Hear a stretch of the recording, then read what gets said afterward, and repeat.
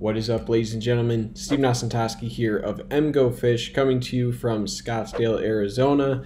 Whether it's on the road or at home, I am bringing you the videos for the MGoFish YouTube channel. So today I'm going to cover the coaching, personnel, the style, everything you need to know going into this Saturday's game against the Blue Raiders. Michigan's a 34-point favorite. Let's get right into it. They're from the Conference USA. They went 8-6 last year.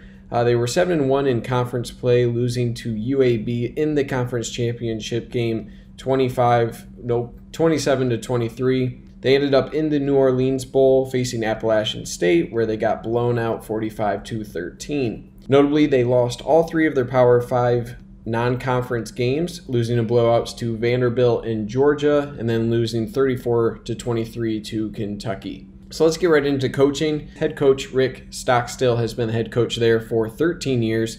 Over that span, only 3 losing seasons, none since 2011. He has led the Blue Raiders to 4 straight bowl games. Offensive coordinator is Tony Franklin. This will be his 4th season at MTSU. Notably, he coached for Jared Goff as an offensive coordinator and quarterbacks coach at Cal. He also has been offensive coordinator at Louisiana Tech, Auburn, Troy, and Kentucky, so plenty of Power 5 experience.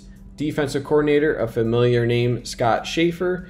He was a defensive coordinator for the Wolverines in 2008. He moved on to Syracuse as a defensive coordinator before becoming the head coach of that program up until 2015. It did not go well. He joined Middle Tennessee State in 2017. All but 2 assistants are returning for their 3rd seasons in their roles, so obviously lots of experience on the coaching staff. Okay, moving on to the style. What kind of style do they have on offense and defense? On offense, they utilize a lot of running backs, a ton of jet motion to try to get the defense spread out. They utilize a lot of quick drops, a lot of jet motion, as I said, or they like to get the QB on the run or rolling to mitigate their offensive line. We'll get to that a little bit later. Not an overly fast-paced team. They generally line up, get the call from the sideline, snap the ball right around 10 seconds on the play clock. So not a super slow team, but not overly quick. Defensively, mainly 4-3 with a little bit of variation of bringing an outside linebacker up to the line of scrimmage. They like to disguise a lot of blitzes pre-snap to keep the offensive guessing where the pressure is going to come from. A lot of their linebackers they deploy are more of the space backer type, so it looks like a lot more safeties than linebacker types. They tend to blitz quite often and bury themselves in the line, so they're susceptible to bigger chunk plays than most teams out there. Moving on to key departures. Biggest loss by far is their 4-year starting quarterback, Brent Stockstill. Yes, he was the coach's son. 4-year starter. They're going to have to turn to one of 2 QBs here to replace him. They have junior Asher O'Hara. He was 9 for 20 last year for 144 yards and 1 pick, no touchdowns. Or they have this JUCO transfer coming in, Randall Johnson, absolute unit at 6'5", 235, and he can run. He ran for over 800 yards last year, so one of those 2 guys are going to step up. It's obviously going to be a downgrade from a 4-year starter who is the conference MVP as well.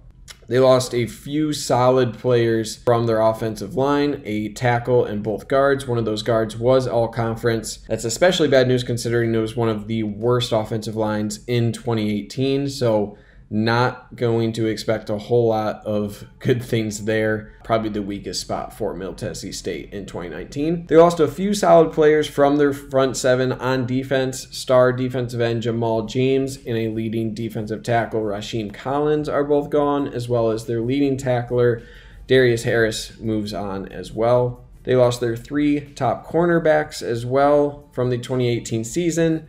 They're really going to have to rely on some youth at that position. Moving on to key returners. Staying in the secondary, sophomore Reed Blankenship is probably one of their best players. He racked up impressive stats last season. He also appears in the return game, one of their better athletes. They have some decent depth at the safety position as well, with Javante Mofat?